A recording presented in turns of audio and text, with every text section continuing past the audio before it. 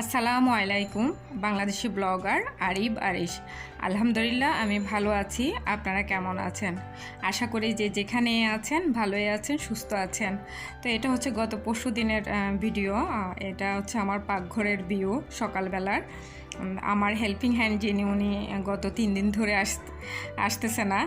তো আমার পাকঘরের অবস্থা খুবই খারাপ। তো সব কিছুই ক্লিন করার পরে আর ঘরের কিছু টুকিটাকি কাজ ছিল, ওগুলো করেছি। করে দুপুরে রান্নার জন্য আসলাম। তো রান্নার প্রিপারেশান নিচ্ছি। তো এখানে হচ্ছে সরিষার শাক, এটা ভাজি করব। তো এটা কেটে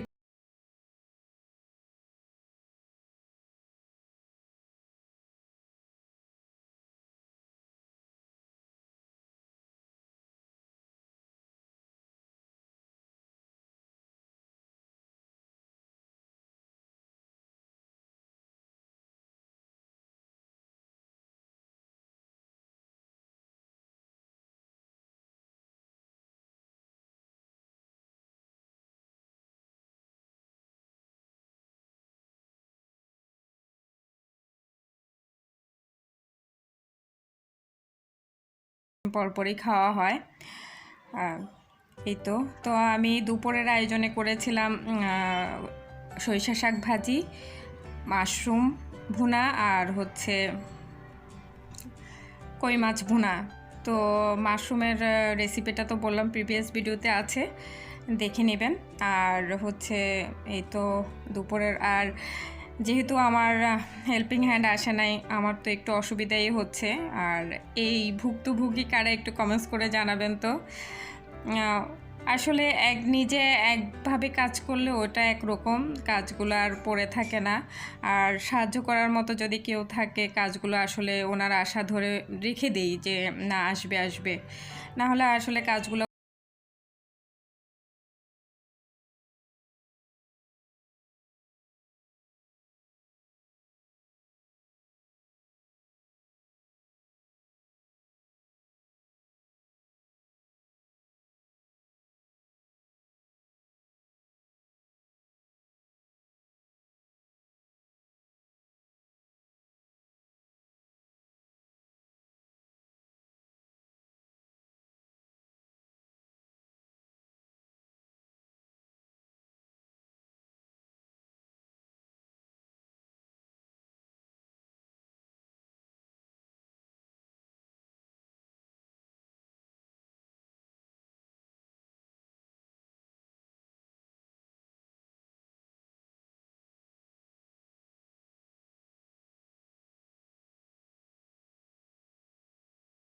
শাকটা ভাজি করার জন্য আমি এখানে পেঁয়াজ কুচি আর রসুন কুচি আর শুকনা মরিচ ভেজে একটু উঠে রাখলাম, আর বাকিটার মধ্যে শাক দিয়ে দিব। তো শাকটা হয়ে আসলে তারপরে আমি যে পেঁয়াজ কুচি বেরেস্তাটা রেখেছি ওটা উপর দিয়ে দিয়ে দিব।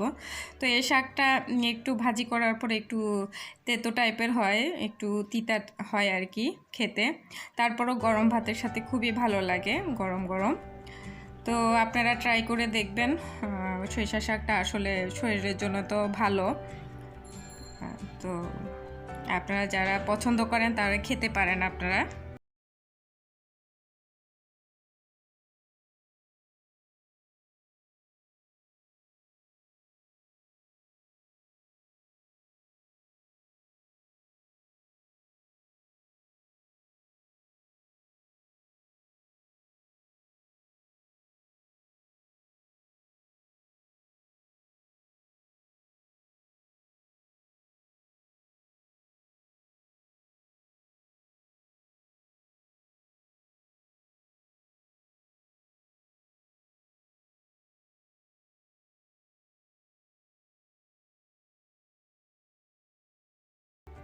শাকগুলোতে অনেকগুলো পানি বের হয়েছে, তো এগুলো শুকানো পর্যন্ত আমি শাকটা ভাজবো।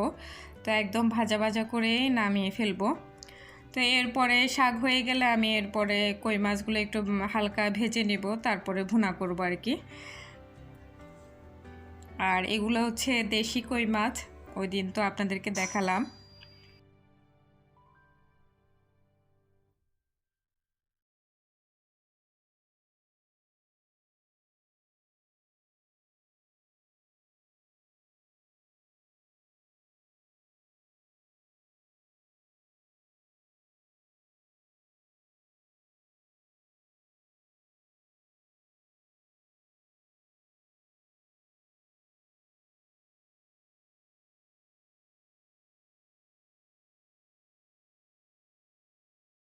গুলো এক একে ভাজি করে নিচ্ছি।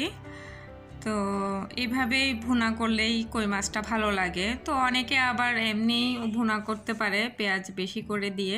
তো আমি আজকে একটু হালকা ভেজে নিলাম। এটা খেতেও খুব টেস্ট হয়।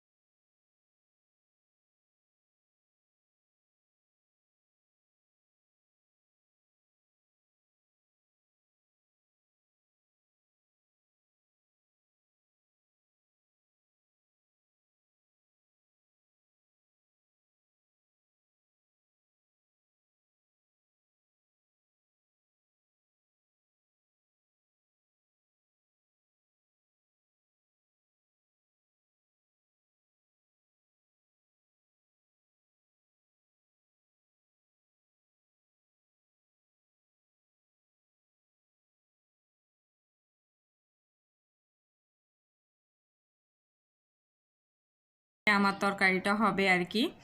এই তো। তো আমার খাওয়াটা আপনারা এনজয় করেন। আর আমার ননদের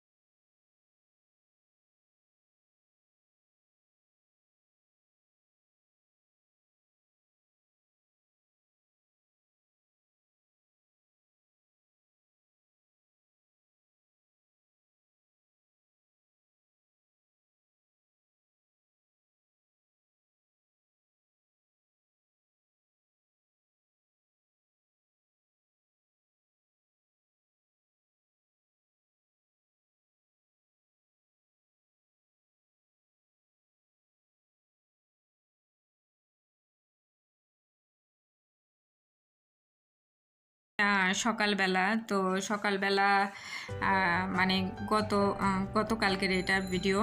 গতকালকে আমার 3জন ফ্রেন্ডকে আমি দাওয়াত করেছিলাম।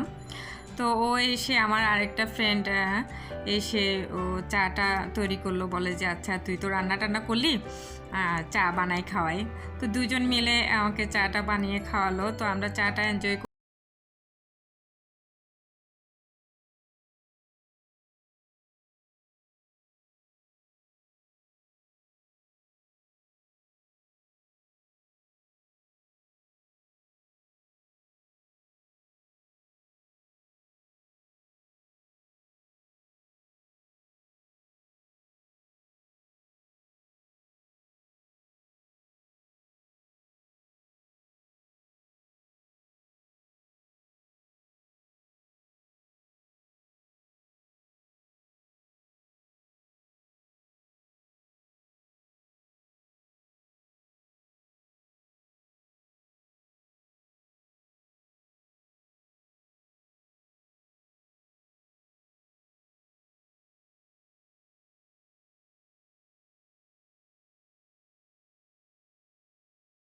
খেলাম, আমরা একটু এনজয় করলাম। তো এরপরে দুপুরের খাওয়া ওরা টেবিলে